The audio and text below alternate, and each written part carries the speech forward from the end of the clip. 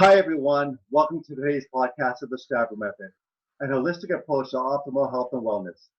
Today, I have the pleasure of interviewing Coach Ian King of KSI, King Sports International. Coach King is one of the true innovators in the area of physical preparation. I'm fortunate to be able to consider him a good friend and mentor. Here's some info on Coach King for those of you that don't know of him. In 1980, he set on a journey of discovery as a coach to find answers to the question, what is the best way to train? By 1986, with over 100 elite athletes in his care, he decided to formalize his services and registered as a business, the first of its kind globally to provide commercial professional athlete preparation and coach education services to all sports. However, the journey began long before. He was born on an island in the Pacific Ocean and grew up in a play-based culture in an era before TV and other electronic devices. During the late 1960s, he was also exposed to his first formal non-play based training, strength training. It was then that he realized that in true Islander way, we have play-based training worked out, but the how-to of more formal training was totally missing. Moving to Australia to attend boarding school, he hoped that they would have the answer. While he appreciated what he learned at high school from his coaches and teachers, they didn't have the answers either. So he went to university to find the answers to his question, what is the best way to train? And whilst he again appreciated what he learned from his lecturers, they weren't able to help him with his questions either. In 1980, no one specialized in or taught athlete preparation, at least not in Australia. So he set out to find answers through informal study, scouring the few books and training available at the time, from his training partners, from his personal experiences in training, and most critically, from the lessons he took from training athletes. The first few years were tough. In fact, the first decade was. I'll let Coach King take it from here. Ian, thanks for taking the time out of your extremely busy schedule to join us for today's interview. Very excited to have you on board. Well, appreciate the invitation, George. Always happy to help you in your endeavours, and for that matter, anybody with a good intent and with an intention to serve and provide value for people in the marketplace. Well, you're fantastic at what you're doing, and you certainly go out of your way to help others. I do recall meeting at Swiss years ago at Dr. Ken Kanak's symposium, and you're super helpful with, just setting me up with my booth and making sure that I'll showcase your products the right way. I really enjoyed your presentation at the most recent Swiss symposium held last fall in 2018. And I'd love to spend some time on the following item from your presentation, the hierarchy of transfer of strength training variables. Yes, we talk about strength training and the intention of strength training, at least for sport, and the intention of strength training for life function is to transfer what we're doing with our strength training. And that subject is probably not as commonly addressed and certainly not as effectively addressed as, say, the subject of how do we hypertrophy the muscle and how do we get maximal strength to increase. Those things are just about beaten to death, but the subject to transfer is not. And the subject to transfer is intertwined with avoiding the degradation of joint function, which itself is a whole new ball game and opens up a whole new focus or study that I believe has been completely neglected. So it is a very exciting topic. Mm-hmm. Well, I love your answers to a lot of the things, especially going back to when I first learned about your methods through your writings at testosterone.net, because some coaches take a black or white approach with things. And they say, was this good or bad? And you just say, well, it depends. So even when we talk about, say, Olympic lifts and do they transfer to sport, it depends. What's the lift? What's, say, the stance and the squat that they're using? Like, are you running with your legs super wide if you're going to be doing, say, sumo squat type of deadlift or something like that?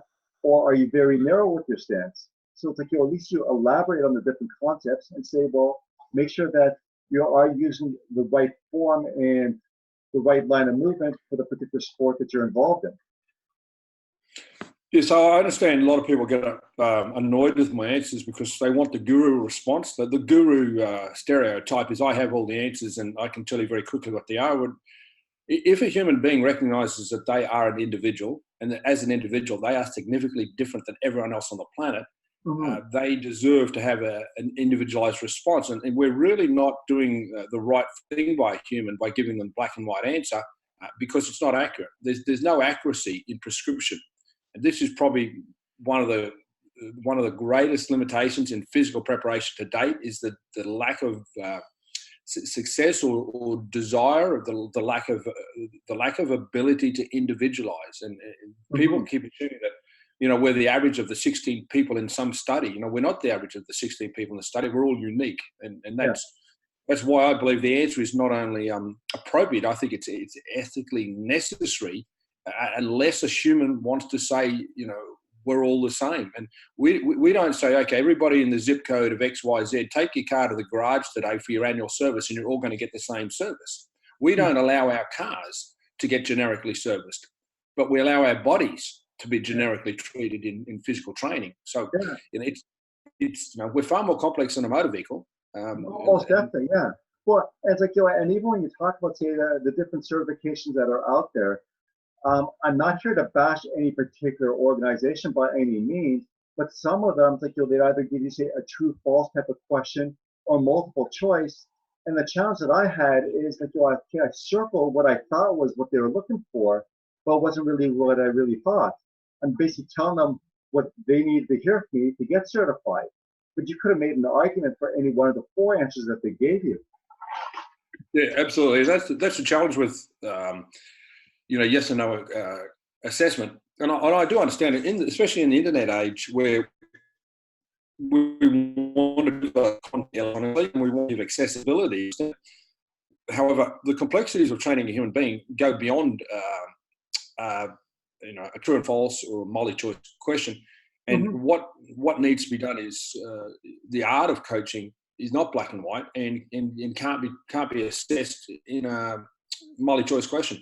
So there is a degree of practical experience that a coach needs to obtain, and that's one of the things I'm proud of what we do with our coach education, which in our company is now in its 20th year. We were one of the first to actually go to the internet, so I understand the challenges.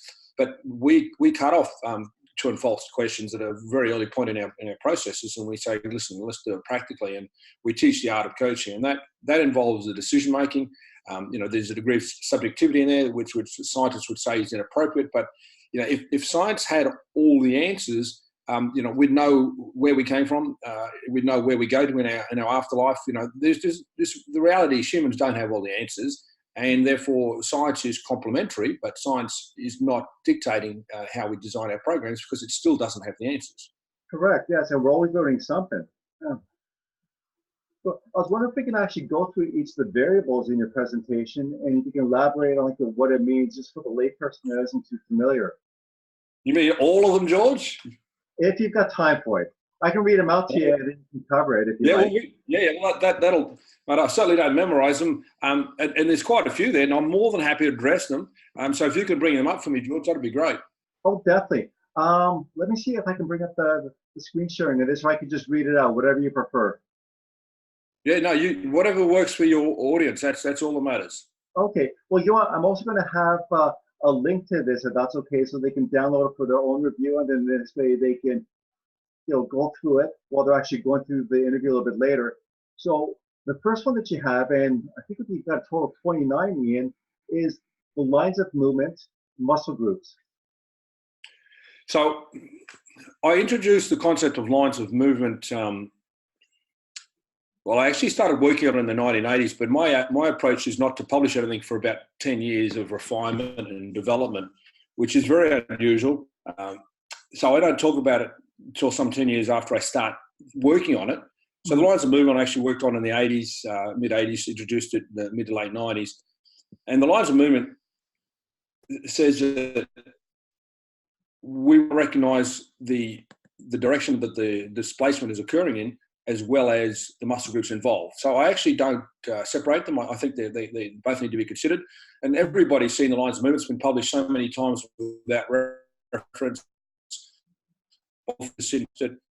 So, you know, horizontal, vertical, push, pull, quad dominant, hip dominant. So the fundamental basis is, listen, let's take into account what the lines of movement are and what the muscle groups are using. So that's the starting point. Well, you know, and like, you know, I've seen a lot of people reference that. Unfortunately, there's quite a few people out there that don't give credit for your work, you know, and I'm just not a fan of that. It's like, you know, but that's a topic for another day. So, Yeah, so it caused some dilution. It's definitely caused some dilution. It's quite ironic. One publisher I went to and said, "Why don't you reference it?" And they stopped talking to me after that. But they didn't change their referencing approach. So the challenge, if you don't, if a person doesn't understand what I meant, they can't teach it well, and that's what's happened. I think that concept has underperformed its potential. It was introduced to reduce the muscle imbalances that are caused by strength training, and by the increased incidence of injuries I'm seeing globally. It's underperformed. But it's underperformed because it wasn't understood in the first place. But that's, as you said, that's a story for another day. Yeah. Well, and even like when we talk about muscle imbalances, I do recall one of your presentations at Swiss that you started off recommending saying, well, let's do abs at the start of our session. And one of the audience participants is like, well, hold on, if you work your core, well, it now leads you to be weaker, like when you're doing a larger lift, like say the squat or the deadlift. But you figure the abs tend to be neglected compared to the show and go muscles out there. So I love your approach with it because, if you look at it, say, okay, well, Monday, it's chest day. It's nationwide. Well, it's like, no, just because it always has been doesn't always mean that it needs to be. So you give the rationale behind certain things as far as mixing it up.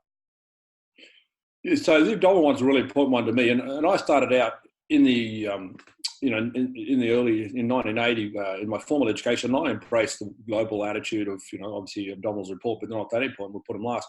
And I learned very quickly to reverse that. Within a few years, I'd reverse that. And, we're talking about now, nearly 40 years later, I've had 4 decades to reflect and refine and test that theory. And I can tell you now, the majority of people I train do abdominals first every time. And there'd be some exceptions, but the bottom line is it's a pretty important injury prevention muscle group. So yeah, it's still probably not popular. It's still not popular, but yeah, that's a big one for me. The sequence of them, and that's where we get down to prioritization. I'm not sure whether it's discussed here, but prioritization is something I address a lot in my earlier writings. Yeah, well, I love the Get Buff series of books. They're phenomenal, and that's what actually started me looking into your career that much more. And you being a big influence on how I approach my own training and others as well. So we can get back to the variable. So we did talk about the lines of movement and contraction mode. If you can elaborate on that a little bit, please. Yeah, so quite simply, and without getting esoteric, we can say that we've got an eccentric contraction, a concentric contraction, and an isometric contraction. And quite simply, if the contraction mode doesn't exist in your intended movement, in your target movement, your sport, let's say, then there's a question mark as to its transfer. And I'm not saying it won't transfer, but it certainly raises a serious question mark. And one of the biggest oversights, I think, in sports training is, for example, is cycling. So road cycling typically has minimal to no stretch shortening cycle, and the role of the eccentric contraction is minimal, if at all. And therefore, when, for example, if you're choosing squats as your predominant lower body exercise, I have big question marks about that, because the physiological adaptations to the loaded eccentric contraction may in fact impair or impede performance on a bike. And so whilst you'll get some gains in the short term, but what are the long-term implications of training contraction mode that you don't need? And there is a time and a place for being non-specific. There's no question about that. But the overall failure to understand or recognize, and the same thing occurs in swimming.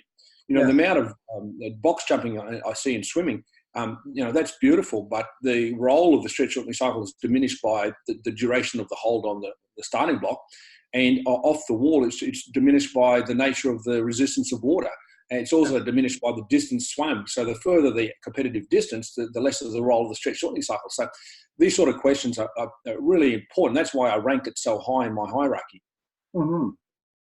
Well, it's I like your explanation with it, because you don't just rank it for the sake of ranking. You do provide a very solid rationale with it.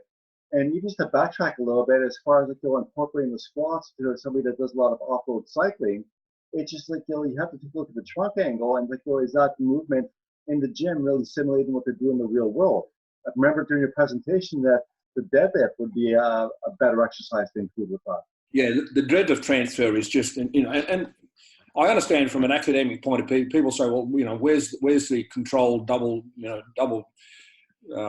blind placebo studies? And I'm a practitioner, I'm an innovator, I lead, and I let everybody else study and consider afterwards. The transfer from a deadlift is so superior. I mean, I understand that the compressional forces from the squat, the majority of energy in a squat is used to absorb the eccentric force through the spine.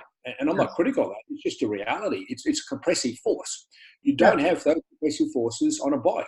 No, you have driving into the resistance surface, which is your pedal. You're driving into the pedal and you're displacing your body and your force in that way. So the deadlift is far more transferable, in my opinion. Yeah, most definitely. Because a lot of times people say, well, squat, deadlift, it's like, oh, you're still working the upper thigh muscular. It's like, what's really the big difference? But it's like, say, well, there's a time and place for things. And it's like, how is it really going to transfer to make sure that the person's get the most out of the training? Because the time that they spend on one exercise, it's to the detriment of something that's actually going to be more beneficial for them. Yeah, and the reality is that the squat and deadlift are so similar in joint angle, joint involvement is so true. And that really stumped me back in the 80s when I was trying to complete my lines of movement. I had to come up with a way of splitting quad and hip dominant. Now, the word quad dominance appeared in some physical therapy circles in that era, but no one was talking about hip dominance. So I introduced that word, and I introduced them both into the strength training parlay per se. So the reality is they have a very similar joint angle. It's extension of the ankle, knee, and hip. There are one or two, maybe three significant differences between the squat family of tree and the deadlift family of tree. One of them is the trunk angle. So typically in a deadlift, you have more trunk flexion, and that was the definition, or the basis of my definition between the two. Movements that spend more time below the 45-degree trunk angle are hip dominant, and movements that spend more time above. Those concepts aren't being taught by the imitators because they haven't read the book well enough. But another difference between the two is quite significant. Is that the deadlift starts with a concentric contraction, and the squat starts with an eccentric contraction. Yes. And then the third one is, there is limited, and it doesn't even need to be an eccentric contraction in the deadlift if you're just letting the bar go down pretty much on its own speed. Correct. So they're the three significant differences, and they are significant. The fact that the joint involvement is common is not enough to understand the lift. We need to dig deeper, which is what I did and what I teach. Yeah, well, that's what I'm loving about your approach to things, because back to what we're saying with the different organizations that are out there, sometimes their claim to fame is like, that they train so many tens of thousands of trainers out there, but they're just following a cookie cutter approach. So while your numbers are nowhere near as high as, say, some of the other organizations that are out there, it's a more in-depth training. And even like, from what I've read about your KSI level 0, your level 0 is like, certainly more advanced than a lot of the other organizations that purport to be experts in this. Well, definitely take a different approach. And the biggest difference for me is that everything we teach is based upon the lessons I've learned. And I'll give you an example. When you open, and with all due respect, and I love the contribution of earlier authors, if you open up any book that was published on strength training that attempt to categorize exercises, before I published Lines of Movement, they called the legs. And correct. You can go to, Bill Pearl's book, Fred Fields, any of these great authors, these great contributors. But in that era, it was legs, and back was the same. Upper back was back.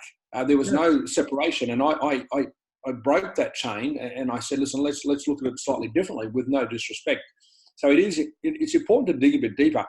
What concerns me is that strength training as a training modality has more potential to change a person's musculoskeletal system structurally than any other form of physical training. And we give the right for advising, consulting to people who probably don't have the skill set to ensure do no harm. So we're actually damaging the world by lowering the expectations of competency, or having a very low pass mark, shall we say. Yeah. And the world is paying the price for that. It might be suitable in the short term, but it's not working out for the world in the long term. Well, exactly. And that's why I love your approach to the presentations that I have attended. And because you see a lot of people out there, and it's like, okay, they only worry about, like, say, the next few years of an athlete's career. But what about, say, 20 or 30 years down the road?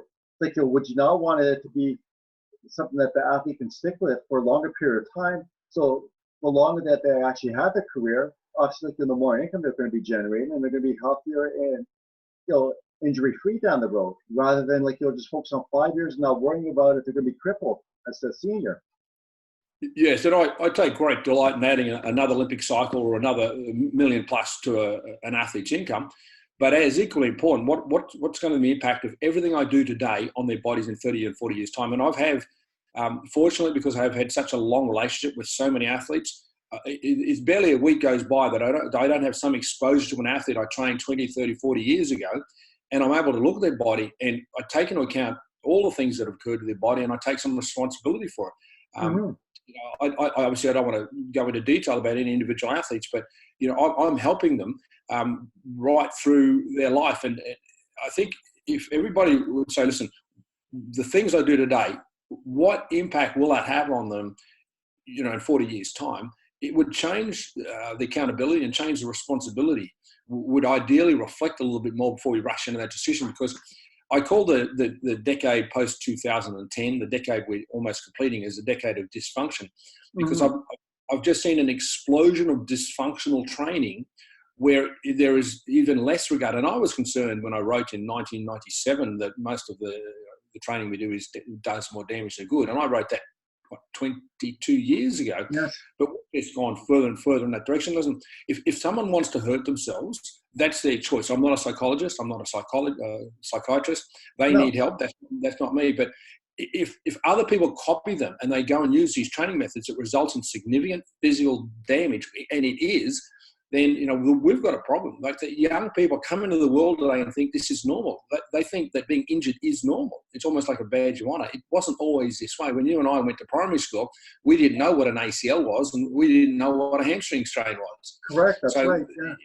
If anybody's seen both sides of the turn of the century, they'd understand this is not normal and this is not desirable. So I've got some major concerns about where the world's going with its approach to training. And you brought up a great example with your presentation at Swiss last year. It's like you saw a teacher out there training a group of teenagers, and they're doing walking lunges.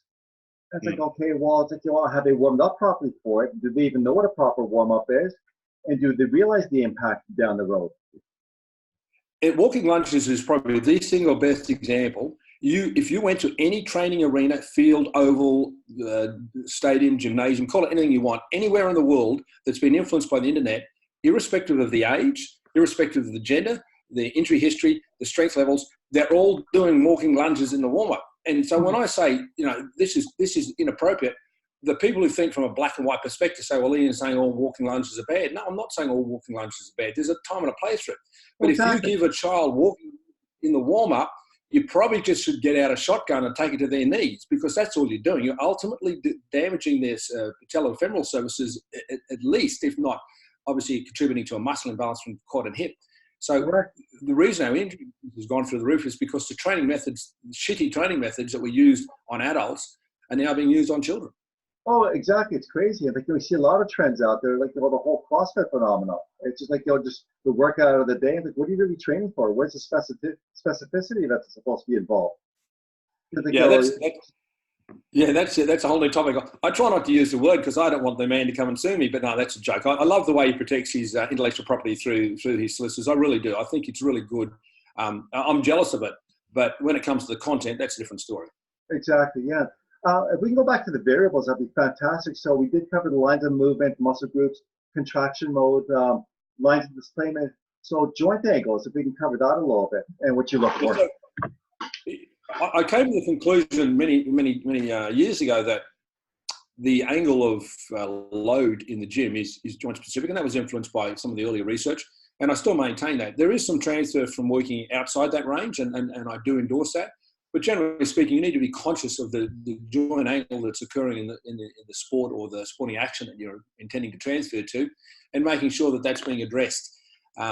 There's a lot of that is one area that has been very heavily researched, and I like the work that's been done in joint angle. So I think that's an area that's had great contribution. It's a pretty simple one. Just generally speaking, be conscious of the joint angles under which the primary loading is going to be occurring in your sport, and make sure you're addressing that in the first instance in your strength training.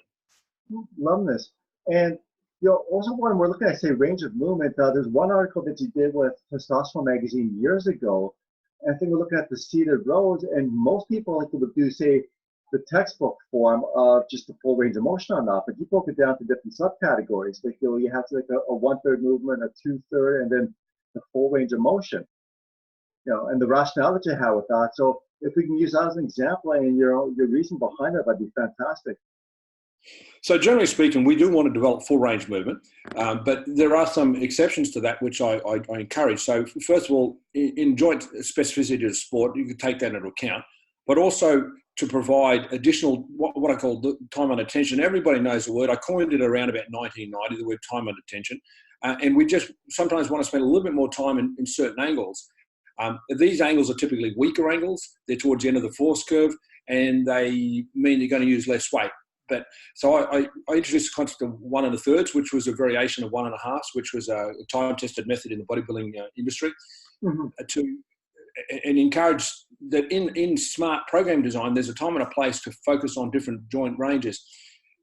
The overriding concern I have, though, is to be conscious of, generally speaking, in full range movements, full extension of the elbows to ensure the length of the biceps. What we're seeing is an incredible increase in incidence of bicep tears, crazy stuff. I don't know why anyone would want to do it themselves. And the minute I see someone not using full range in their inverted commas, or full extension of the elbows in their full range movements, the red lights go off.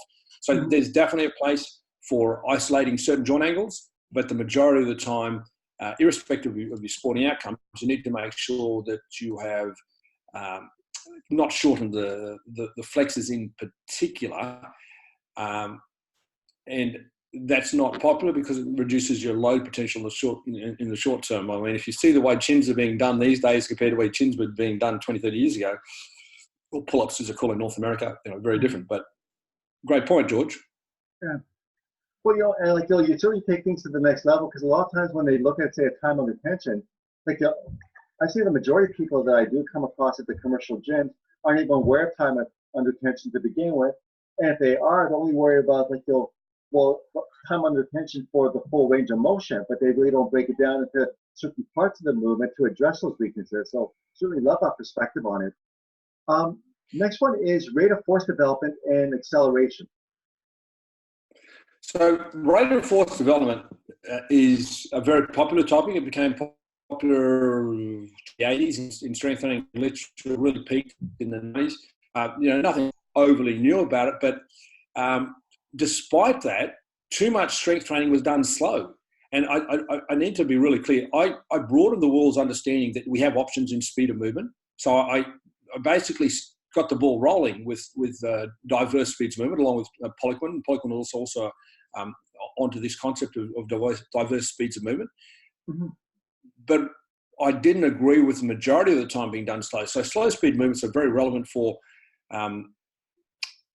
teaching, learning, hypertrophy. There's a time and place, but for sport, you probably need to be conscious of not overdoing it. So it's not, specificity is not the only consideration as we're talking about here. There are other considerations such as the training age, and therefore in the early ages you'll spend more time being slow. But generally speaking, there needs to be either look fast or an intention of fast, and that's the difference between, say, Dietmar Schmidtbleicher's work from West Germany, as he published in the early 80s, is advised to the Scandinavian Hacken and Komening's approach, is that it's got to look fast. So there's a time and a place to looking fast, and there's a time and a place to having the intention of acceleration, particularly in the concentric phase.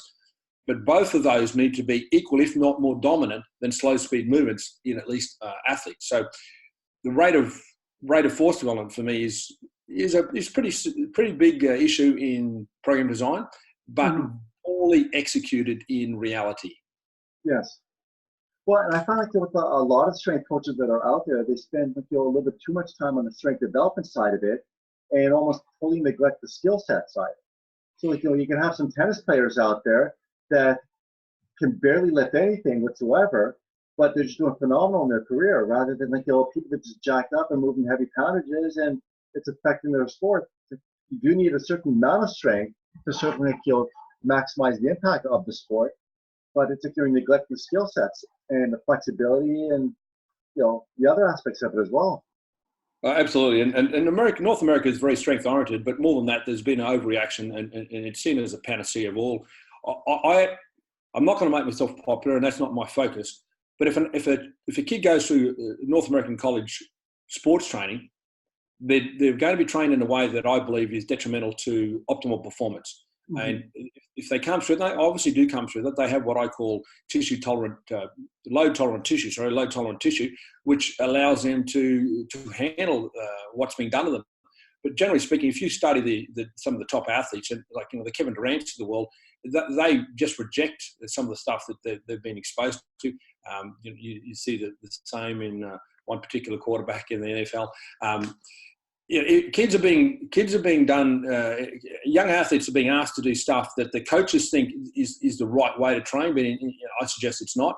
And they're being damaged. Their sporting future is being denied because they're being put through this stereotypical expectation. If I see a jacked athlete, I'm actually really worried for them. There aren't too many athletes that should look like bodybuilders. I would prefer to get an athlete that's never done strength training before, as I typically did in the 1980s, mm-hmm. because then I know that we can optimize their skill set. Because if you develop strength before skill, you're going to muscle your skill, and you're going to be hurt at the top end from competitive purposes because you're never going to fulfill your skill potential. So I actually really lower, from a ranking perspective, I rate strength training pretty low. Mm-hmm. I've noticed that, yeah. And to interrupt what I do find interesting is and just to reference one of your articles, Living to the Millennium, you had me crying in my car when I got through the sessions there in a good way. It's and just some people say, you've got no resistance. How could that wipe you out? It's it's not so much the load. It's because I pushed some heavier weight as a teenager, but you had a lot of muscle imbalances and injuries to show for it. So there's a perception in strength training that the success of transfer is measured by load displaced. Load displaced is irrelevant. It's so non-specific. The action of the muscle that was involved in the transfer is far more important. So I'm not going to say I invented bodyweight exercises, but what I did is two things. I introduced bodyweight exercises in a way that the world finally accepted it. And I innovated on some of the exercises. So when I published those bodyweight exercises in T-Mag in the late 90s, I can tell you the editor was a bit concerned because here we are like a hardcore strength magazine suggesting that their people do bodyweight exercises, with no external loading. And that was a bit of a risk for them, but it's a risk that not only paid off, it actually spawned the whole functional training movement industry, which I apologise for because it lost the plot quickly. But it's not how much load you're using in the gym; it's how you're using your muscles in a way that they transfer to your sport. So the reality is most athletes can't execute their body weight, let alone the load they're using. They're only getting away with the loading because they're using party tricks to execute. And as we unfold here, we'll talk about that. We'll get a chance to talk about that more. But it's just causing joint damage. It's damaging their sport. They have this short-term warm feeling. Listen, I must be getting a better athlete because I'm lifting more and I'm getting bigger muscles. And that's where I depart from some of my colleagues. If we can de-emphasize strength training, we'll have a better athletic outcome. We won't look as good on the beach, but we'll get on the podium more often. But the fact that the majority of people are off track with the way they train athletes makes it easy for me and my coaches. People embrace my approach. We win pretty easily because everybody's creating non-specific outcomes that don't help them on the podium. Oh, correct. Well, it's what you're saying, you're looking a certain way and actually being able to function properly are two different things. I did a program ages ago. I'm not going to mention who it was because I don't want to risk any kind of lawsuits or anything, but it was just an all show and no go. And it's I looked like a mini bodybuilder at the time, so fairly solid shape. And my younger brother was saying, okay, well, you look great, but it's you can't lift anything. You've got no strength or stamina. And just, what are you doing this for? So if I want to pose in the cover of a magazine, that's fine. But as far as adding to my everyday quality of life, it's a different story. Yeah, absolutely. We used to talk about athletic shape, pre-2000, where an athlete would look like the shape of the sport that they're involved in.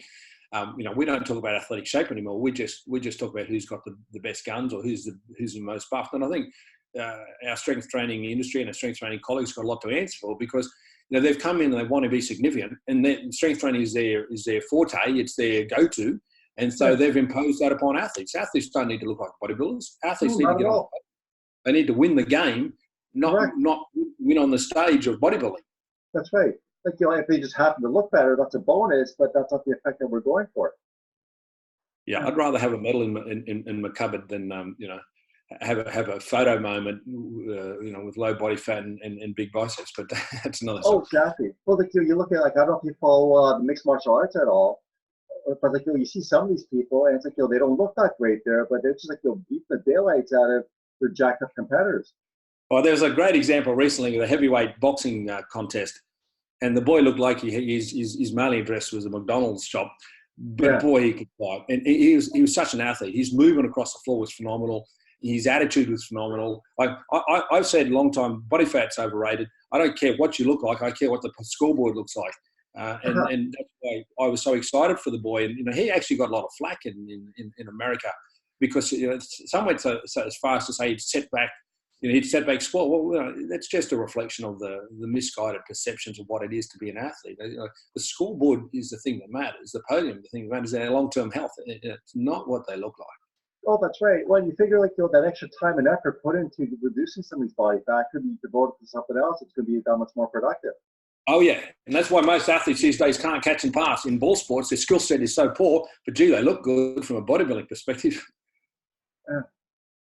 Very interesting. The next item we have down here, Ian, is sequence of contraction. So we opened that one before when we talked about the deadlift, because the deadlift starts with eccentric. And, a cycling movement starts, generally speaking, I know it's a chicken and egg. You can say, where does it really start? But there's no pre-eccentric that gives you a stretch shortening cycle that contributes to the concentric contraction. It is devoid of significant eccentric contraction that contribute. And therefore, starting with a concentric contraction is far more relevant, far more transferable. And that's why we just need to look at the strength exercise and say, what does it start with? Does it start with an eccentric or does it start with a concentric? And that's something that I think people are manipulating to some extent, but it's just a really important one for me to take into account, because I can tell you squats are still the number one exercise, go-to exercise in cycling, and I got question marks about that. Well, it goes back to your earlier example as far as cyclists. So, like, what's a better choice for them, the deadlift or the squat? And you made your point quite clear. Absolutely. Next item, so contraction specificity. So it's similar to, but it goes one step beyond the sequencing. Okay. So if we have no eccentric contraction whatsoever in a sport, and we turn around and we get a physiological adaptation of significance in our dryland training to it, it has as much potential to interfere or even ultimately cause muscle imbalances, who knows, but definitely interfere from performance. So this is where I don't like to see emphasis placed on the eccentric contraction in sports that don't have an eccentric contraction. So this is going beyond sequence. This is going beyond the reality of, like, if it doesn't exist, what are you doing it for? I mean, there is some transfer non-specific contractions, but if you're going one for one, if every one of your exercises has a preceding eccentric contraction, you're going 50% of your loading is eccentric, 50% of your loading is concentric, and you're in a sport where 95% of the contraction or 99% of the contractions are concentric, then there's some questions to be asked there. Oh, exactly. Yeah. Well, and you're great as far as asking the right questions. Like, even the participants at your various webinars and seminars and things like that, it's just like, okay, well, you're doing this, but why are you doing it? You're not saying it's right or wrong. You just want to know what's in their head, and if they can give you a rational explanation as to why they're doing it, or if it's just something they read somewhere that what sounded good at the time, but they haven't really put much thought into it. Yeah, and that's why I like to, again, at risk of upsetting the majority of my colleagues, their decision making is based on what everyone else is doing or what's the trend at the moment. There's not a lot of thought going into it, and I've got no interest in saying you're right or you're wrong. I'm just asking you, why are you doing it? And get a reality check. If you're doing it because everyone else is doing it, you haven't really used your grey matter. Yeah. I have people come up to me and say, Ian, I hope you don't mind me saying this, but I disagree with you. And I'm thinking, hallelujah. I'm glad you disagree with me. It shows me you either might be thinking or have challenged your thinking. Like, people actually think they're not going to be my friend because they disagree with me. Like, really? I don't care if you're a Christian, you're Muslim, if you're gay, you're straight, or in between. That's not a reason for us to be unhappy with each other. That's the choices. We have choices as human beings. Yeah, especially if you're questioning something in a respectful manner and say, well, I respectfully disagree with what you're saying over here, and here's my reason behind it, and maybe it'll have you change your perspective on it. You never know because you're always learning something new, and you've been at this for 4 decades too. Exactly. Well, you'd hope they'd respect that the thought that's gone into the.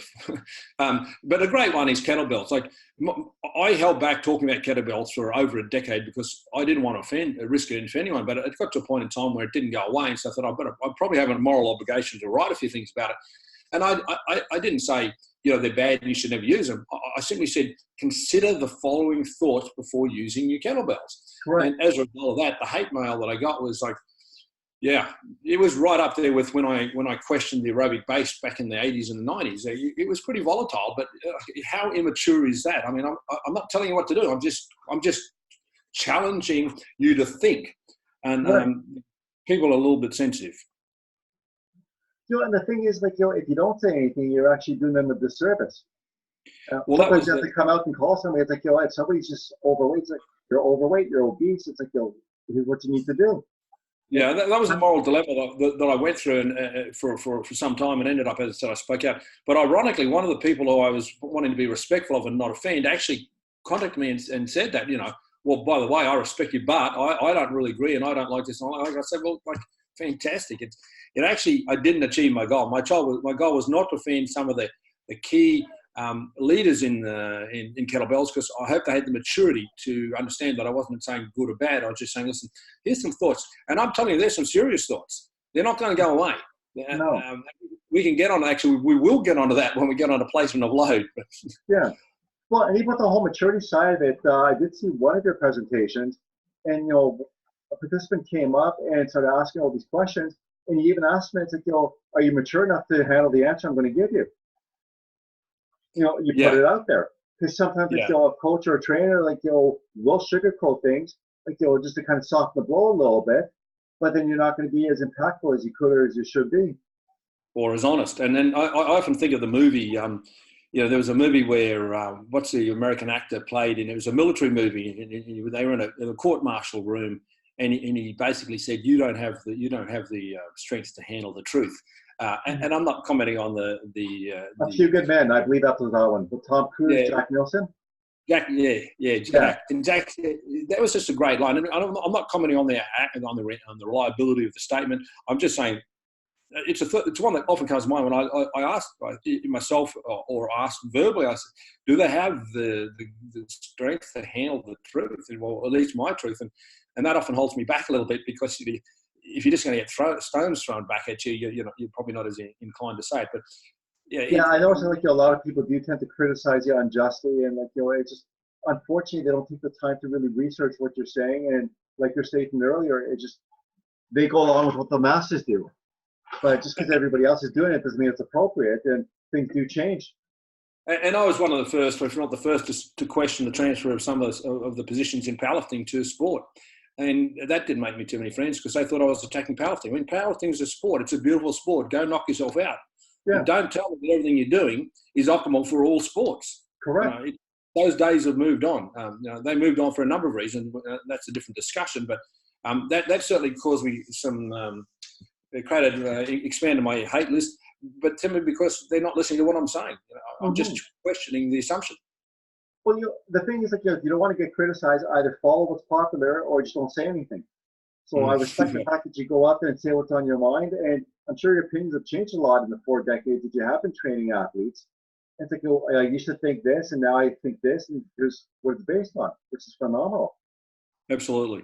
Next item, so say position of load. If you can elaborate on that and give me some examples, please. Yeah, position of load. It's really critical, and it's underestimated. In the first instance, the squat and deadlift, we'll stay with that example. The squat load is above your body, the deadlift load is below your body. And therefore, one produces a compressive force and one involves more of a pulling or a pushing with the legs, so to speak. That's a great example. We can go further, front and behind body. This is significant. The load by front of the body has an impact on posture. The load behind the body has an impact on posture. You've got to ask, which posture do I want? And we'll get down to it later when I talk about the shape under which you load is the shape which you adopt. In other words, your posture will change by the position of your loading. And we're seeing a significant change in body shapes as a result of this reality. So the position of the load relative to the center of gravity of the body is significantly critical. It's just not being discussed. It's one of those things that it's been under a rock for too long. Well, I love the fact that you bring that up there, because a lot of times, like, a person say, well, okay, I came across this program in a magazine or on the internet, and it's a balanced program. Balanced how, though? Like, you're balanced within itself, or is it balanced for the athlete that you're training? And it goes. I'll give you another example, and that's around the squat. So there's been a lot of internet debate about back squat versus front squat, and a lot of people defaulted to the front squat because reality is it's easier for them to teach. They'll say it's got less injury risk, but what's the impact of that? You've increased the vertical nature of the trunk and increased the quad action. So on a continuum of quad dominance, a front squat is far more quad dominant than a back squat. Correct. So your decision to take what I call a soft option and go to the front squat because it was easier to teach has further caused an imbalance. Now, I'm not saying the front squat is bad or good. Like, I unfortunately have to keep saying this stuff, but that's the impact of placement of load. And when we talk about placement of load for overhead pressing, that opens up a whole new discussion. I'm just wondering whether I should do it now or do it later. But and then the length of the lever, the further the loading away from the body, as it is in the kettlebell action, the greater the impact on the postural shape. Correct. These are just realities that people are throwing rocks at my writings on kettlebells. But one day, listen, I've been stoned for 4 decades because I don't want to tell the athlete or train the athlete in a way that's not best for them. So if I see something that's better, I'll do it. And at first, it's not popular. But within a decade or so, most of what I've taught is like everybody's claiming it, and everybody's a hero. I mean, I've had people walk out of my seminars and take all their buddies with them, claiming that my content was crappy and shitty, and turn around with that 5 years later and publish the thing in a book. Like the entire book is based on the same concept that they allegedly walked out of my seminar on. And published multiple books in the series about functional training. This is a cycle. They say it's a cycle of truth. At first, it's rejected, criticised, and then ultimately it was always as if we knew about it all the time. So everything I'm telling you is going to come to pass. It's just a matter of which year and which decade. And that's right. So you have an opportunity to embrace it earlier, or you can wait till everybody's doing it, led by some what I call trend spotter who realised that the tipping point is about to occur, so he writes a book about it to make it look like he was in front of the curve. So you don't have to wait. Loving it so far. It's like you love the content. I'm very fortunate to be actually honest with you today. Getting a lot out of this. I'm sure that my audience will as well. So resistance mode, I'm not as familiar with it as I'd like to be. So resistance has been a phenomenal thing, and I have a little saying, and hopefully I don't offend the ultra fundamental religious, but I say on day one God invented the body, day two God invented the barbell, day two God invented the dumbbell, and then went to sleep after that.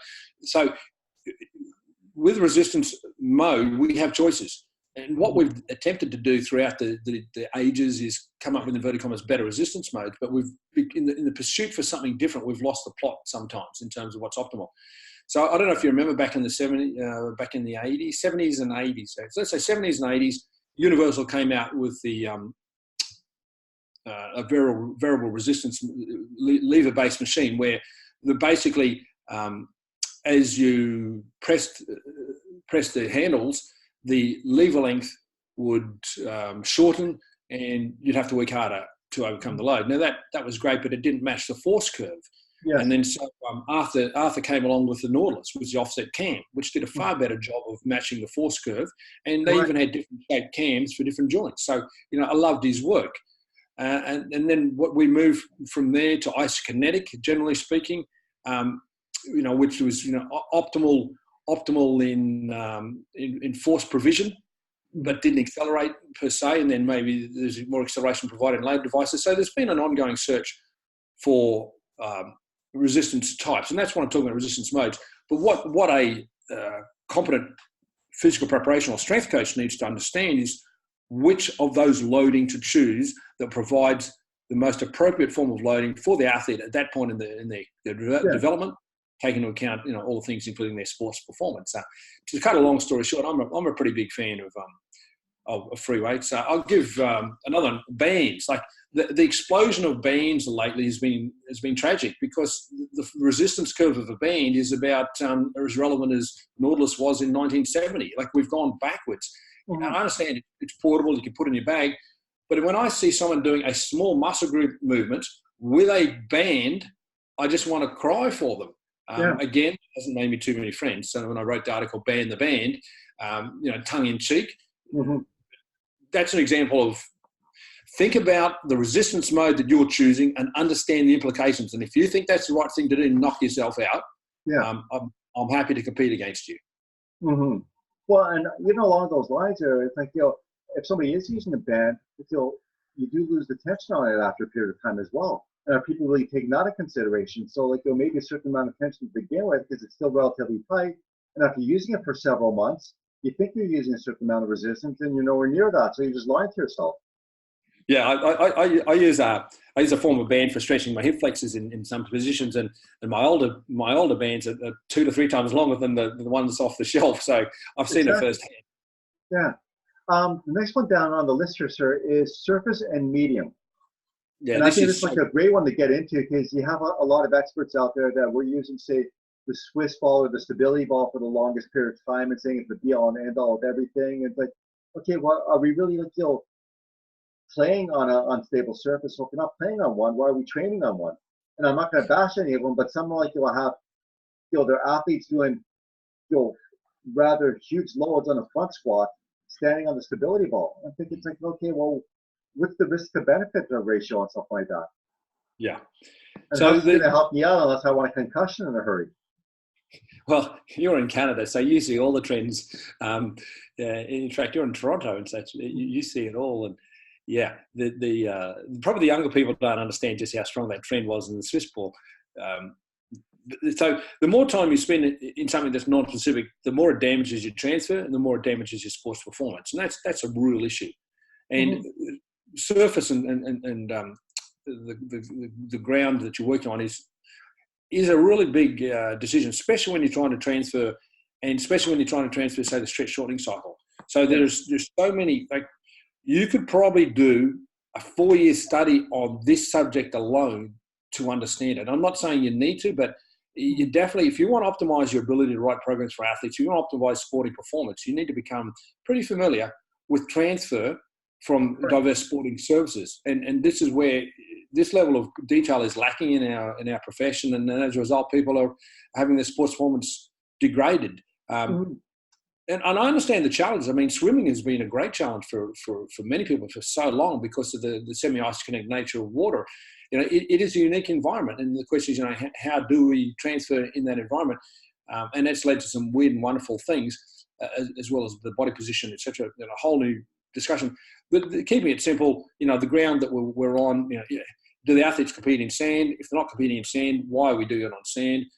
If the athletes competing on, if they are competing in sand, like the French Open, 25% of Grand Slams globally are sand-based. We need to get some exposure to sand as a tennis player. But the question is, do we need to do that in dry land or just in our sport-specific training? I mean, that's a question in itself. It's a really sad assumption to say that we have to do everything in dry land that replicates it, but at the same time, we need to consider it. A lot to consider there. It's a big topic. Oh, most definitely. I'm loving all this. And that ties into the whole ground contact time and the SSC involvement. Yeah. No, I really appreciate it. Sorry, Coach. Yeah, go ahead there. And I really appreciated the education I received in the research, quantifying the unique differences between fraction seconds being totally a different adaptation. And I summarised a lot of that in a series of articles I wrote in a Canadian journal, actually. One of the few 3-part articles in the history of that magazine. The magazine was called Sport, S-P-O-R-T. Wrote in about 1993, so 26 years ago. Yeah. But it really summarised a lot of this earlier research on transfer and specificity of ground contact time. It is critical.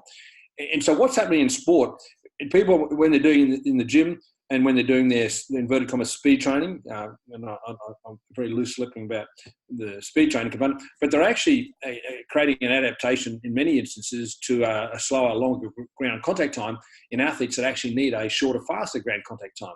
Mm-hmm. And the more specific you're trying to be in your in your dry leg training, such as bounding exercises, you run a real risk of slowing the ground contact time. So most of the work we're doing to help athletes run faster is actually helping them run slower, and that is in part because of the lack of understanding of the specificity of ground contact time and the need to shift it in the continuum in a certain way. So ideally, we actually want to spend less time. Now, to spend less time on the ground, we're going to use less load, and we're going to use less height. We're going to, we're not going to be jumping off high boxes, and there's a lot of thought there.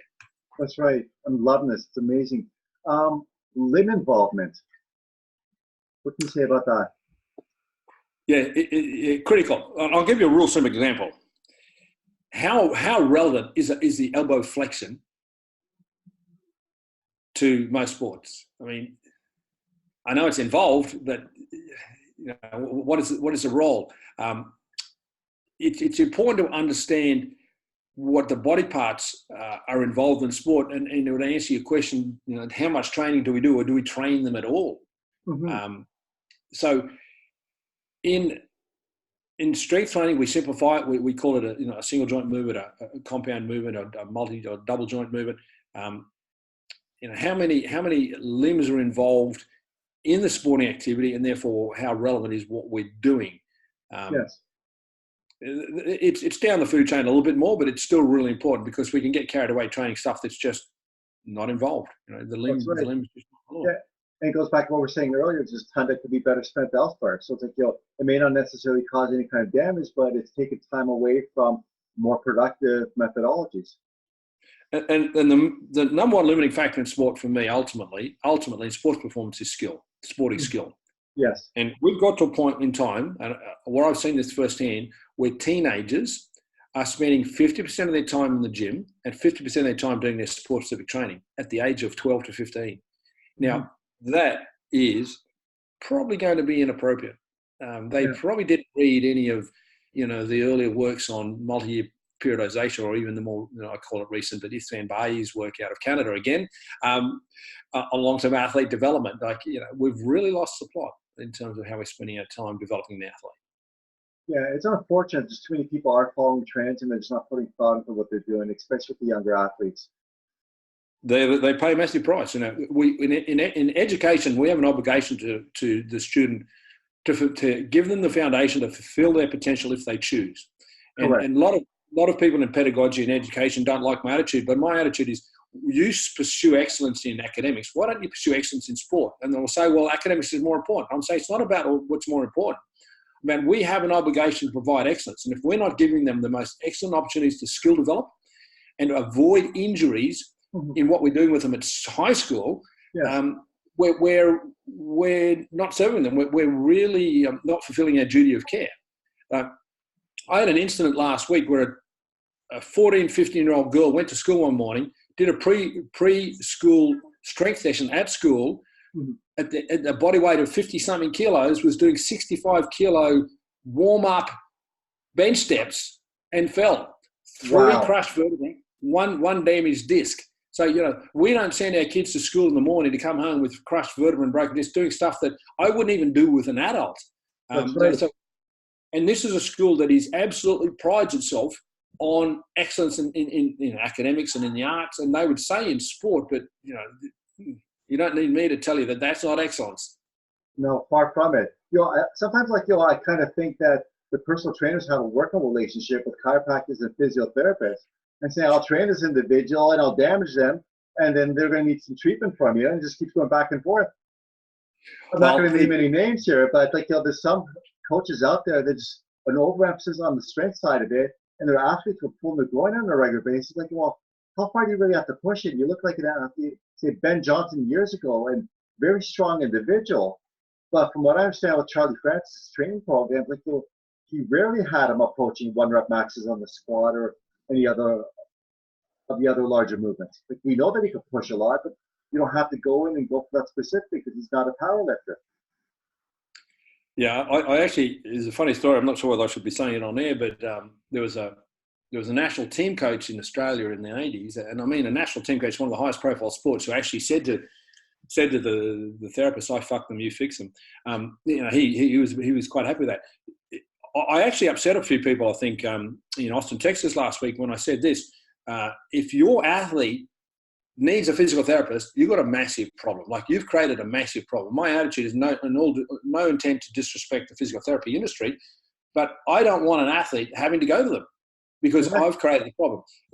For me, injuries are caused by the decisions made over time. It's not caused because person A hits person B at high speed. Like, the majority of them are could have been avoided because if the athlete was in better shape, they could have handled the impact. Yeah, some impacts are so great that, yes, you are going to tear. But the majority of impact injuries are unnecessary, and they only occur because the athlete's shape of the body, the way we prepared them. So we as physical trainers and sports coaches collectively are responsible for every injury an athlete receives, so to speak. And therefore, our sign of failure, our litmus test, if any of them are in physical therapy, we have failed them. And some people actually celebrate that they're in physical therapy and that, well, the physical therapist has got a job. Ultimately, the joint replacement companies will sell some body parts in between, also anti-inflammatories, antidepressants, painkillers. Like, it's a massive industry. Yeah. But my job is to make physical therapists unemployed, not because I don't like them, not because I don't agree with what they're doing. No, not at all. I just want to prevent the problem in the first place rather than solve the problem. And the whole focus on prevention is lip service in our industry. There's no real recognition. Like, if every strength coach in the world was docked $5,000 of their annual pay for every significant injury or surgery in their care in any given year, most of them would have no income. That's right. Very good point. And there's no other way to say it. Until we take responsibility for causing the problem, we're not going to solve the problem. And that's why rehabilitation is really ineffective. That's why injuries reoccur, because they come back in the same environment that made the decisions that caused injury in the first place. We could go on with that, but it hurts me to see athletes, and it cost the Golden State Warriors a bit of money recently when their injuries prevented them from potentially beating the Raptors. And I would have loved to see the teams play full strength. And I'm not taking it away from the Raptors. I was so happy for them. And I knew Canada jumped in the air, the minute that final whistle went. And so they should. It was a great achievement. And Golden State Warriors own the problem. I mean, they're ultimately responsible. And I'm not talking about the decision to play Kevin Durant in that third game, what it was. Don't get me wrong there. I'm talking about the fact that he got an injury in the first place. I'm not interested in the decision. I agree with the decision to take the risk at the end, but I don't like the way he got in the problem in the first place. So, whether it's a high-profile injury or a little kid, Johnny down the street, who's going to be having an ACL, it doesn't matter. It's a social cost and it's a human cost. We cause it. We collectively have caused that, and it's not going to change until we understand that. It's not because of early specialisation. It's not because the athletes getting bigger and stronger. It's not because they lack proprioception and need to do more proprioception drills. It's because of the crappy decisions that we've made collectively throughout their sporting career. Loving this. This is amazing. So that certainly goes into the topic of exercise selection, and then we're looking at, say, body position, so width of stance, grip, etc. Yeah. So using our earlier discussion about powerlifting, if you look back the way Bill Kazmaier was squatting back in the 70s and the 80s, he had a relatively narrow stance. Now, today, to be competitive, you're probably going to have double that width stance, if not triple. Yes. And this is one of the reasons why powerlifting has reduced its relevance to transfer to sport. Because from my perspective, the position in which you load is the position in which you adopt. And therefore, if I'm a running sport athlete, generally speaking, I'm going to be running about shoulder width, generally speaking. Yeah, that's right. The further out I strengthen in, the less relevant or the reduction in transfer. And again, this is just my observations over 40 years, but it will ultimately be confirmed, if not already, in sports science research. So these things are critical for transfer, but we're not embracing this concept because we're too busy defending ourselves. Strength training in North America, strength training in modern history globally has been led by North America, and that's as much because the influence of Hollywood as anything else. But strength training initially was made up of three contributors. Strength training for sport, a strength coach in North America came from either a powerlifting, a weightlifting, or a bodybuilding perspective, or all three. And God bless them if it was all three, because that's even more balanced. But what they were bringing to the table as a powerlifter in 1960 and 1970 is not the same as what a powerlifter is bringing to the table in 2020. It's not the same. And that's all I'm saying. You know, we're just really conscious of the reality. And you know, I compare it to getting really astute. I compare it to the moto trials industry, where in the 1970s, when the Japanese were producing moto trials bikes, they almost looked like trail bikes. Now, a moto trials bike is an extreme variation to suit that sport, and you just wouldn't want to ride that on a trail. There's no seat. You know, It's just a completely different bike, and that's where powerlifting's gone. Powerlifting has gone to the extremes needed to lift more load. God bless them. But it's reduced transfer to sport. So this is just one example using the influence of powerlifting in the subject of body position as transfer to sport. And if we've got to stop using dogma and being beholden to sports, like it'd be like saying, I want to run faster, let's go and get a speed skater and train like a speed skater because he really skates fast. Or it's just not relevant. The fact that the power had more relevance once and the less relevance now is like, just get over it. I'm being a bit blunt. Well, we can go on for a lot, like just with each variable for sure. I certainly want to be respectful of your time, so we can move on to the next one. Technique. So I've been a big proponent of technique for a long time, and people think the technique is just about injury prevention. The technique is about injury prevention. I came up with a term called technical limit. And if you exceed your technical limit, the rate of incidence of injury increases. But it goes beyond that. It goes to transfer. So I come up with a term called participation of force. If I'm doing a deadlift and I collapse in my spine, and then my coach is expecting me to have a certain shape in the starting block or in the run, I'm actually damaging that adaptation.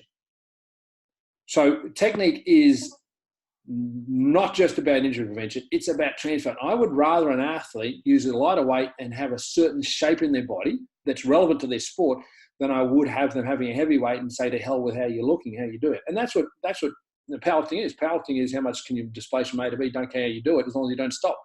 Don't hitch. But strength training is very different. And I generally speaking, use so much less load in athletes than everyone else. But I enjoy the podium quite often. I love the win-loss record because it's how the muscles are working in the gym that matters. It's not the load being displaced. Correct. Yeah, and this goes back to what we were saying previously with your whole limping into the Millennium Series for the lower body. That's just phenomenal. Yeah. Absolutely, and it was a. I think the world changed. I think it has a real positive impact.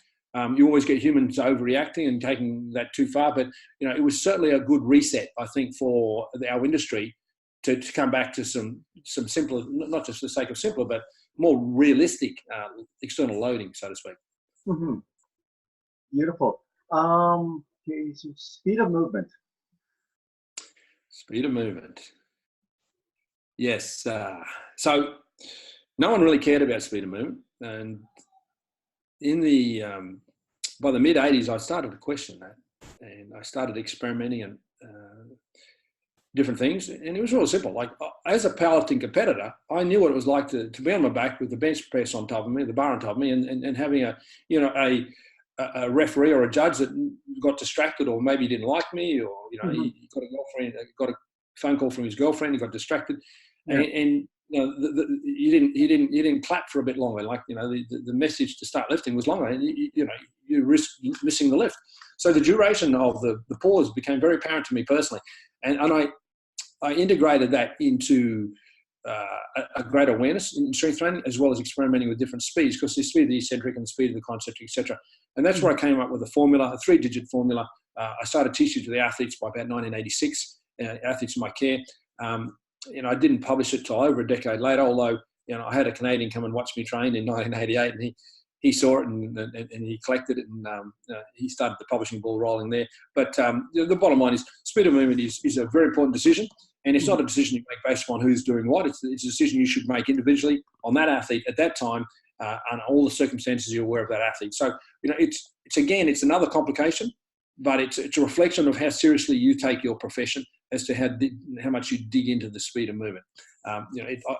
There's no need, I don't think, for us to go into the specifics of what's important when, other than to say what I said before. With an athlete, I like to see the predominance of time with explosiveness or Mhm. actual speed. Correct. Yeah. Beautiful. Prioritization. So that's a term that's been around a long time in strength training circles. If you read the old bodybuilding magazines, some of the Ironman in particular, far more valuable than say Muscle Media, not the Muscle Media. What was Weeder's magazine back in the 70s? So I got a lot of good insights in there in the old world strength training values, and prioritization was one of them. But what I did was really provided clarity and got very clear, because prioritization is so impactful on training outcomes. And so basically what I've taught is that the sequence of which you select exercises, the relative volume of which you do the exercises, and the loading potential of the exercises, like single joint versus double joint. Yes. So each of those three things is critical for prioritization. They make a massive impact. Just change one of them alone and you make a massive impact, for better or for worse. Adaptation goes both ways. To use a very simple example, it was quite common for people to say, do a squat and then do a leg curl and think that they'd balance out their body. Now, the squat is a multi-joint movement with the potential for a lot of load, and the hamstring is a single joint. The leg curl is a single joint movement with not much load. So you can't, they don't balance each other out based on load potential. So that's the third of my variables. And then the Romanian deadlift came along and they thought they were doing the same again, but it was politically trendy, but again, it wasn't matching. So that's load potential. The sequence is really quite simple. As I've written many a time, Monday, first exercise, first day of the week, bench press or squat. Like those two, 90% of the world will lead with either of those two exercises first day of the week. And that's right, yeah. That sequence shapes their body. And that's a really important thing to understand. You need to reverse your sequences to undo the damage you've caused. Relative volume. So, and if I can jump in for a moment there. Yeah. Because I love what you're saying about volume, because with the majority of my materials, you're just saying we're not looking for maximum volume, we're looking for optimal. Oh, absolutely. A lot of times people say I've done 20 sets of something. Like, okay, well maybe you would have gotten better results if you just did 10, moved on to something else, or called it a day. Yeah, so I speak a lot about total volume, and my general recommendations for total number of sets, which is one way of measuring volume, have always been a bit shocking to the bodybuilding genre. But I still stand by them. It's very easy to overdo your volume and damage your training adaptations. But the relative volume, if I'm doing 75% of my horizontal movement is pushing and 25% is pulling, I'm going to create a new muscle imbalance. And that's where my introduction of the lines of movement concept allowed you to actually quantify the percentage of reps that we're using in each line of movement. And you'll see that exercise laid out very clearly in one of the 3 volumes of In King's Guide to Strength Training, where I show you how to do that exercise. And it's a really powerful exercise, because if you've got a volume imbalance in your workouts, you will develop an injury, and it will either limit you or will put you out of training. Take your pick. Right. So, pretty important concept. Yeah. And then as far as the reps and sets, so you did touch on a little bit. So, I understand certainly different variables that we're looking at, and it's relative to the individual and the sport that they're training. So how are the reps and sets related to one another? So it's a simple concept that the inverse relationship between load and volume stands true. So if loading is important and your volume is too high, you're automatically reducing your load potential. So you want to get very clear on the loading, the value of load to at any point in time. The design of a program, and I laid this out very well in my earlier book, How to Write a Strength Training Program. The decision about reps and sets has to be made in light of the total allocation of volume that you want to put to that line of movement or muscle group, and then you break it back down into sets and reps. And the reps and sets are a reflection of the training adaptations that you want to generate. So the reps and sets is a discussion that's probably gained more attention than all the other variables. But notice I'm ranking it about number 19, is it? It's been well addressed, generally speaking.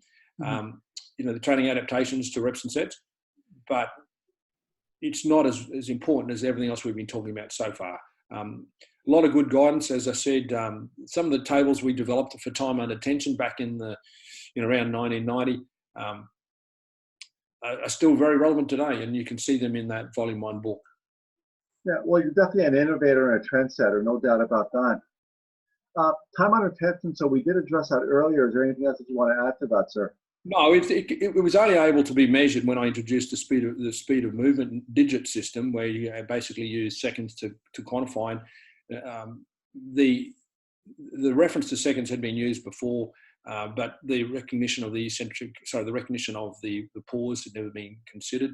The method of communicating to an athlete using the numbering system had never been done before. But bottom line is, the speed of movement system allowed us to quantify time and attention. And I'm telling you, time and attention is not a science in the way that people want to see science. I mean, unless there's something I haven't seen. And yet, ironically, I see time and attention mentioned quite regularly in scientific articles, of course, without any reference to the origin, because that's been lost due to the publishing values of certain North Americans. But it's not, I'm not saying it's a science, but I'm saying it's a pretty good theory. Very nice. I'm loving this. Load. So I know, like, there's a lot of coaches out there. It's like, they say, here's a particular load that you're going to be doing for your exercises for that day. And, like, it's almost written in stone in a sense. But they really don't take into consideration, say, the fatigue from a previous session. Some days you're going to be feeling better than others. So I don't think, like, you should necessarily have an absolute percentage to work with all the time. Like, like your approach, like, just it varies a little bit more. Well, it comes back to the value of prescription versus process. So prescription is a very Western world that, this is the program will look like and this is what you'll do. Process is very much the Eastern Bloc approach or Eastern European approach. This is our plan. Let's see how it goes. We're probably going to change it when we see what we see. And if anybody even uses the word prescription or acts in a prescriptive manner, they're going to underperform on the process approach. That's my value. Mm-hmm. And as far as load goes, loading is overrated. And I've made that statement quite clearly over quite a few decades, in that there's a perception that the more load displaced in the gym, the greater the transfer to sport. And there's no rationale for that whatsoever. And I tragically, with the insights I've gained over the last 39 years of professionally working as a coach, I can look at anybody doing an exercise and I can tell within 30 seconds how well that's going to transfer. And it's almost like being clairvoyant, and in that you can see stuff that other people can't see.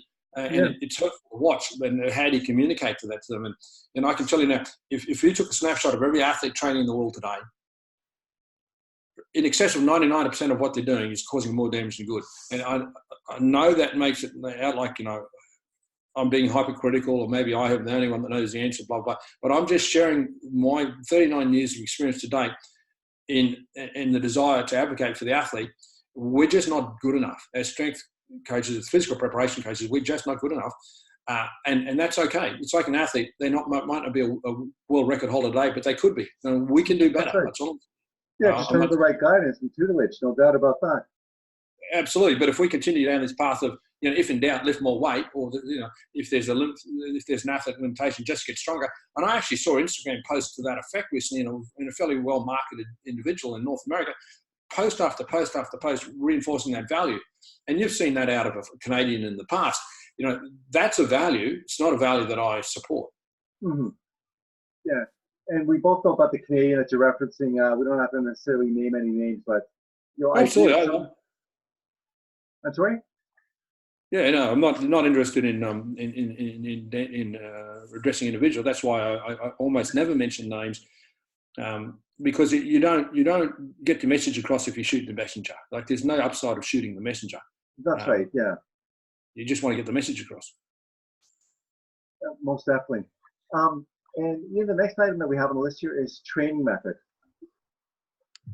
So training method is a word used to describe the collection of decisions you've made to date. So your reps and sets, your speed of movement, your rest periods, they determine training method. And a lot of attention has been given to training method. And you could sit there and you could go through and list them all. Realistically, we're not going to use them all. We might use a fair range of them, but we don't need to use them all. Don't feel obliged to use all the ones you know about. But it's just at the end of the day, you're going to be making a decision, but you're not necessarily selecting the training method. You've selected variables, hopefully, that have formed the training method. So it's a little bit the other way. And I don't think we need to address that too much further, because everybody understands that this is a training method. Now, I personally don't use the word. I don't use the word for the combination of variables that I put together, because they're just combination of variables. But if someone wants to say, this is the slow speed training method, or this is a functional training, God bless them. For me, it's just a collection of variables. Exactly. Yes. Training history, that's certainly a big part of things to look at when we're dealing with a particular individual or athlete. It is massive, and it is something that was recognised in earlier literature, especially in more sport-oriented literature, and not so much the strength industry. And it probably hasn't been accepted, embraced, or addressed adequately.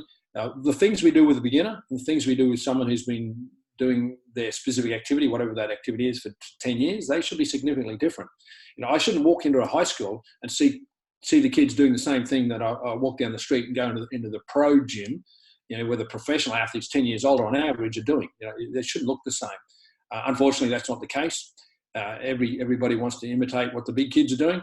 Mm-hmm. And that's just a reflection of a lack of respect of this training concept of training age. So simply, how long have you been doing this specific activity, be it strength training, speed training, your sport, and take that into account. And there's some good guidelines out there, and I've certainly done my best to contribute to that body of knowledge in the area of training age. I actually had someone ask me for a copy of an article that's published in '91 in an Australian coaching magazine. God bless him. He wanted to get some insights into some of the earlier writings that they're not available. You can't even find most pre-2000 publications online. You can only find, generally speaking, the ones more recently. So it is an area that has been addressed in the past, but I think it's an area that's probably lost a little bit of ground and needs more attention. Yeah, because I remember when I first came across the concept when I was reading your Get Buff books, and it's something that I just didn't consider at the time, but you're very thorough as far as the initial assessment. It's not just throwing together a quick program and getting people started on things. It's like, no, it's like, let's delve a little bit deeper into the individual and look at things that most people just don't consider as important. Yeah, and one of the specific examples within the body of knowledge that I developed was the concept of optimal average repetition. So that if I'm just, even from a hypertrophy perspective, if I'm a beginner and I want to get a bit bigger and stronger, I might have an optimal rep range of about 12 to 15. But 10 years later, if I'm doing 12 to 15s, I'm probably not going to get as big a result as I would be if I'm doing, say, 4 to 6s or 6 to 8s. So the average optimal rep changes with training age. And that's just a simple example of the concept we're talking about. And I'm sad that I'm coming back to strength training as an example, but because it still is more popular in North America than any other trial training method, I use that as an example. Well, you're certainly dispelling a lot of myths, because there is that overemphasis on the strength training aspect of it, and just neglecting all the other variables are certainly more important when we're dealing with athletes. But it began, unfortunately, and it's a historic fact that Americans were strength coaches, and their strength training was missing in the 1960s in sport, 50s and 60s. There was just no strength training, and so they filled a hole. They started the National Strength Coaches Association in 1978, and as exactly that, National Strength Coaches. They were strength coaches that were only providing strength. 3 years later, in 1981, they added the word conditioning as an afterthought, and it was reflective. It was truly reflective that it wasn't their primary focus. But then again, they've just lumped everything into one bucket. It's like, we're going to get endurance, we're going to get speed, and we're going to get flexibility, and we're going to drop it in this bucket, but it's a bucket that's secondary to strength training. Now, that's a historical fact. It's not a criticism. It's a historical fact. Yes. Of history in North America. But the rest of the world doesn't need to embrace historical fact. I mean, historical fact is South Africa, we had apartheid. We don't have to embrace that. Like, just because it's historical fact, we don't have to embrace it.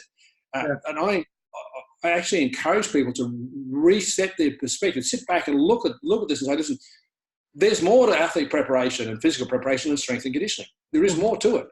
So don't feel trapped in embracing that bit of history. Don't be disrespectful of the history, but don't feel trapped.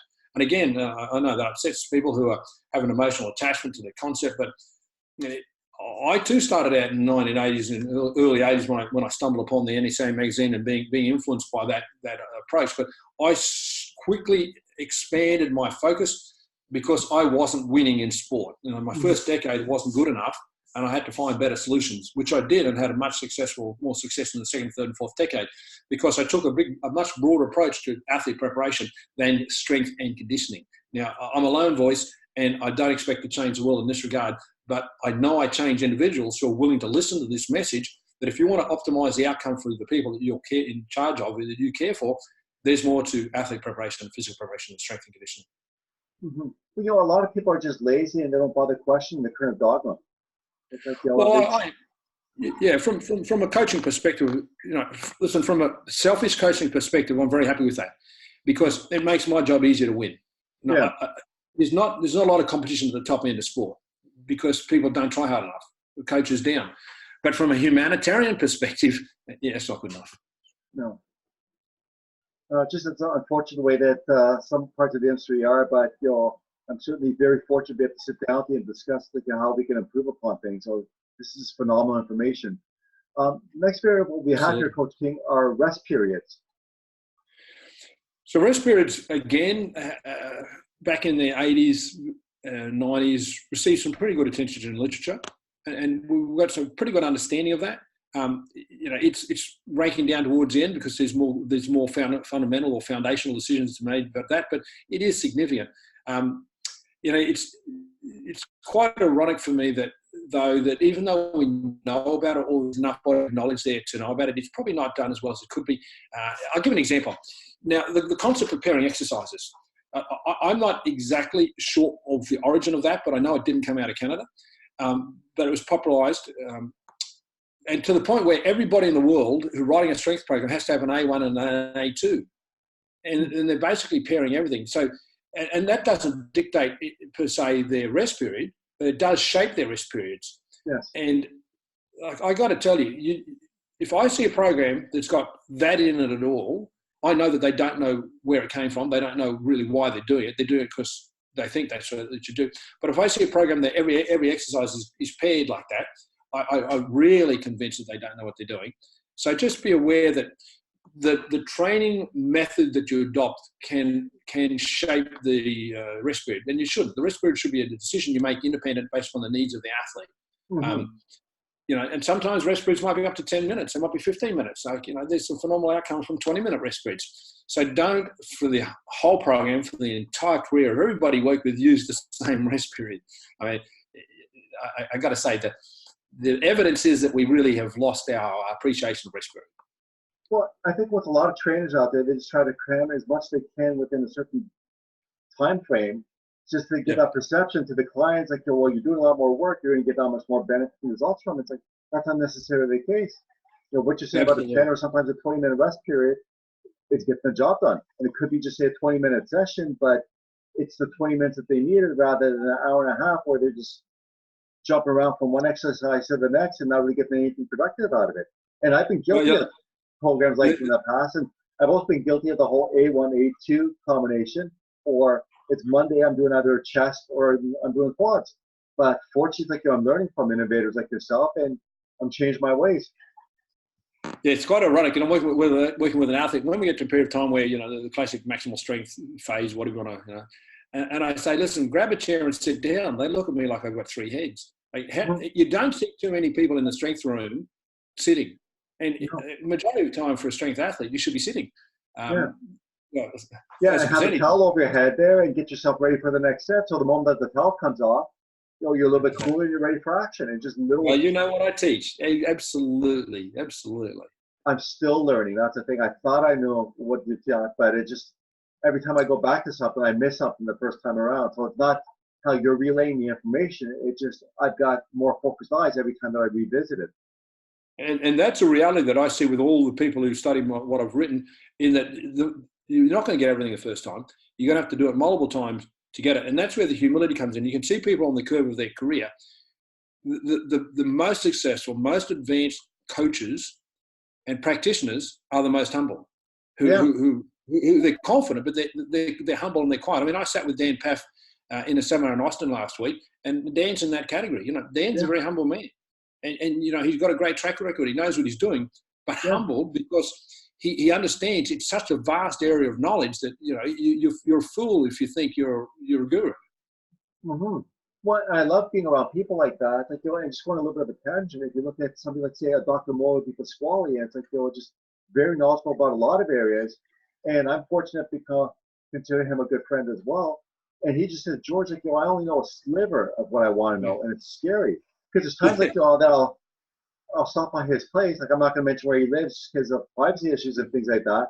But within the first 5 minutes, he's lost me. He goes, George, where I lose you? I go, Mo, after you said hi, George, about 2 minutes into the conversation, and he's not trying to lose me. It's not like he's just like trying to show off or anything like that. It's just that's how knowledgeable he is, and it's Yeah, scary. But it's just like if you didn't know who he was, you wouldn't know who he was because he's just so low key absolutely. with things.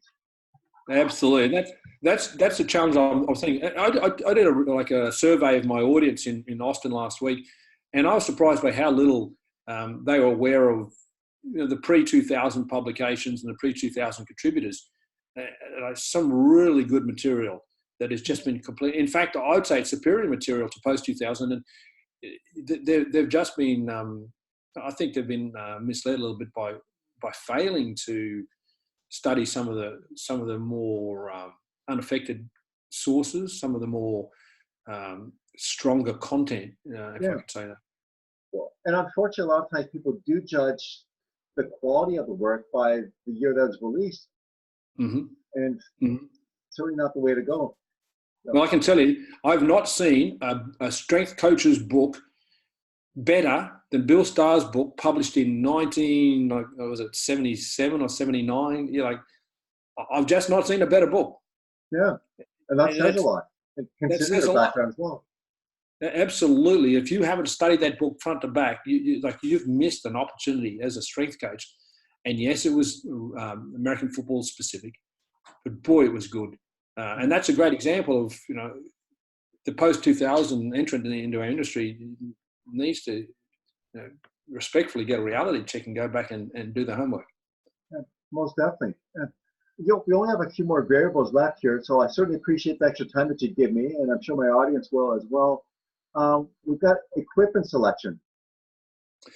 So I'm gonna make this statement again, not a popularity statement, but all training methods and all exercises in our industry are driven by equipment manufacturers, Mm-hmm. but by the decision by the coaches to embrace that.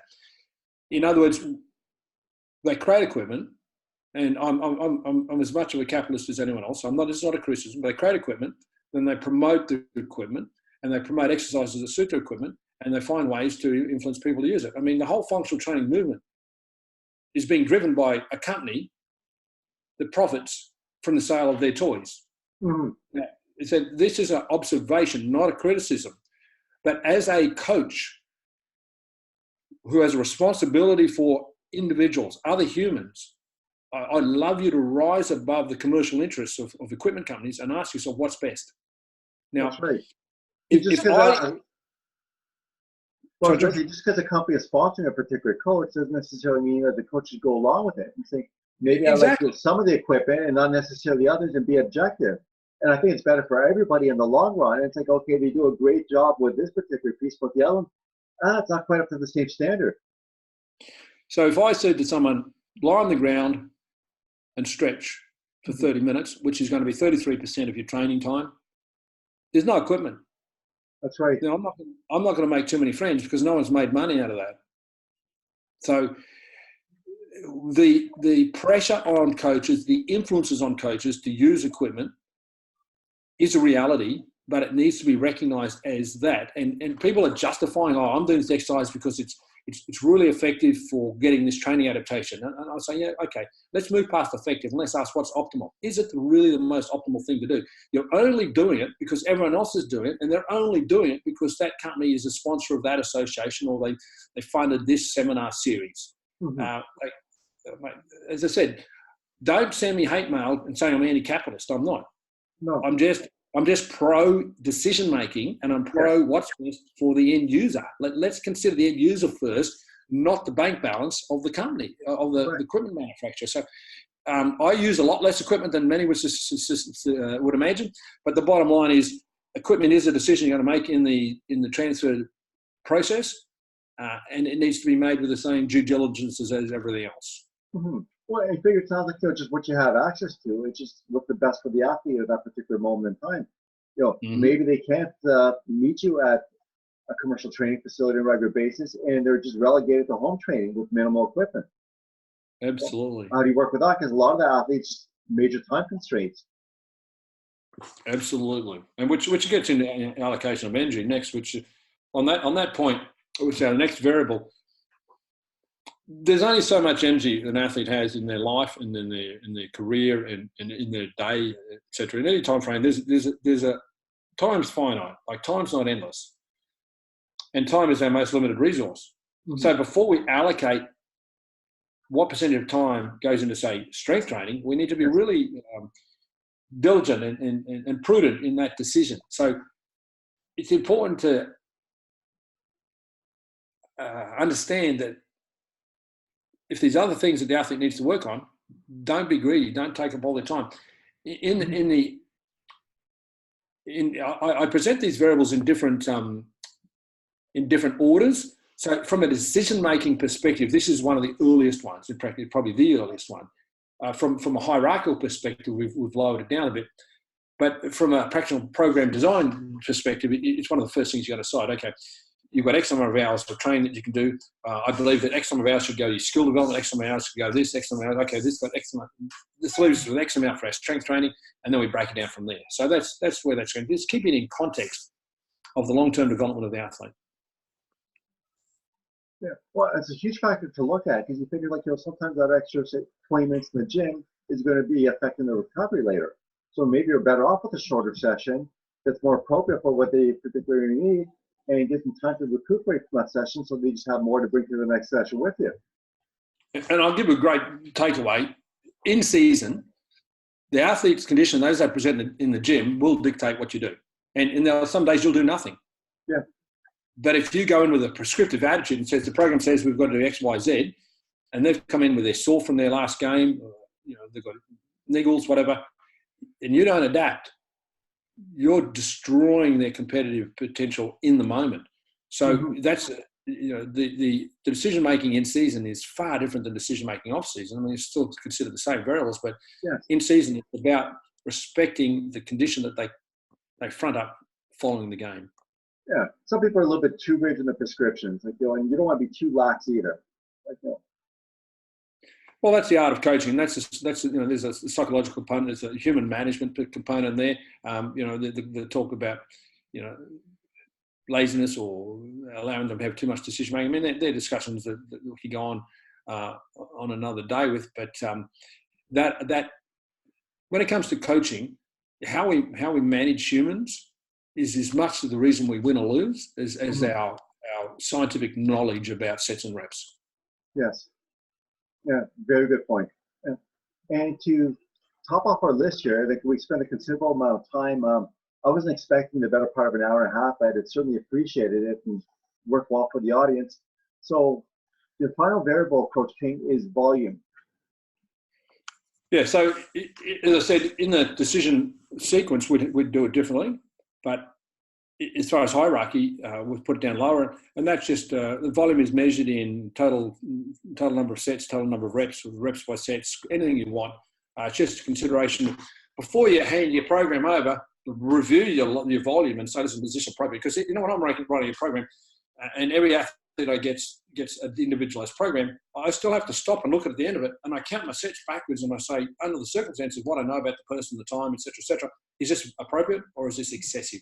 Correct. Yeah, like optimal versus maximal volume in the gym. Absolutely. So it's important. Very nice. We certainly got on for quite a lengthy period of time here. Do you have any parting thoughts here that you want to share with our listeners and our viewers? Well, George, I think it's pretty clear by now. They either like what I said or didn't like what I said. But at the end of the day, I'm advocating for the end user. I'm advocating for the athlete. I'm advocating for the client. So you can have any opinion you want about what I teach, but I don't think our responsibility to the end user should be any different. I think ideally we should have the same value set to the end user. You might come from a different path, but I can only ask that you look after the athlete, because we've got a duty of care to them, and I'm not talking from a legal perspective. I'm talking from a moral perspective. We've got an obligation to serve them well. Well, and the integrity that you bring to this profession overall, that's why I've been studying for it as long as I have, and just I really admire the work that you do. And you just don't jump ship at the slightest change as far as what the masses are doing.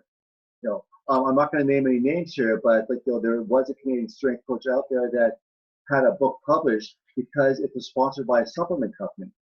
And then it's like, they parted ways, and it's like, now they pretty well bashed that company and they moved on to another company. And it's like, well, hold on, you're on board together for a number of years and you no longer are. So what happened? Like, did the quality of the supplements change, or you're just not getting the funding anymore? So you certainly stand by your principles. Yeah, absolutely, and that's what I like about what Ken Kanaken is doing with Swiss, and the Swiss event is on again in 2020, and it's not just about the content, it's not just about the speakers, but for me, it's about the culture as well, and that culture of in being tolerant and embracing and respectful. It's just a really good culture, and I've been to quite a few professional development seminar events, national events at different organisations. I've run quite a few myself, and I just appreciate the culture that is being created by Ken at the Swiss event there in Toronto. And I encourage everyone to get up there and experience it, because it is really a value set that we want to see more of. It's just a good example of good people with greater integrity and greater tolerance. That's what we need more of. Yeah, he does a phenomenal job there, and I can just imagine what's involved in putting together a symposium like that. It's and there's been a few years that he didn't. It just, he certainly has to focus on his own livelihood, and there's only so much resources that he's got to work with at the time. Well, I know he's made a significant financial contribution, and the beauty of it is that when you are an individual, you can stand alone. You don't have to be. You don't have to bow to commercial interests as much. And that's, I think, one of the greatest things, because most associations are a little bit influenced by their sponsors. And I know that's not the case with Swiss. Like we're not subject to commercial bias. You can go up there and you can promote your goods and services, but we know that the content isn't going to be shaped by if there are any sponsors. I don't even know if there are any such thing as sponsors, but I can tell you every other association, the content is too shaped by sponsorship, including research, but that is another discussion. Yeah, well, we can save that for a future interview if you're up for that. That'd be fantastic to dive into that as well. Well, more than happy to serve, George, and more than happy to support yourself. We've been in contact for probably going on towards 20 years. I'd say so, yeah. Definitely in reading. I published the first Get Buffed 20 years ago, 1999. So, we've known each other for a long time, and I support anybody with good intentions, and we've all been given so much by our profession that we should be willing to give back, and I'm certainly more than happy to do that. Yeah. Well, I certainly loved your approach, especially when we first met at Swiss about 20 years ago, because I had a booth set up selling your material, and you actually shut down your booth because you didn't want to affect my sales. And I was a relatively newbie at the time, and I'm thinking, okay, it's like, how long do you know Coach Ian King for? I just met him today, and he's doing this that's Coach King. Because it's like, you're still going to be generating some revenue, but it's like, you could have just said, drop the prices, and I'd be losing my shirt, and then we wouldn't be having this conversation now, and we wouldn't be friends for the last 20 years either. Yeah, absolutely. There's a lot about your integrity. It's like, you're just very supportive of individuals, and the fact that you're taking almost 2 hours away from, say, your other commitments, family, friends, and athletes, it's very much appreciated. So, huge believer in you, and if there's anything I can do to help support your efforts, in addition to posting video on various social media, feel free to ask. You know where to find me. I appreciate that offer, George. You've done more than enough. I'm here to help, and I'm more than happy to take a relatively quiet path. My impact is measured by the impact in the world, and that it's been significant, irrespective of the lack of popularity at the time. Some of my thoughts. I'm happy with what we've done, and I'm here to help others receive the similar benefits. Well, it's fantastic the time that we had together. I'm going to be going through this video a little bit later, because sometimes I'm missing some of the points here because I'm actually doing the interviewing. So it just goes back to reference to your previous materials. I'm getting a fair amount out of it, but I just have to constantly revisit. So it's great that we did have this format today. I know they could be going on quite a while longer, but I don't want to take any more time out of your valuable schedule. So I say we wrap it up.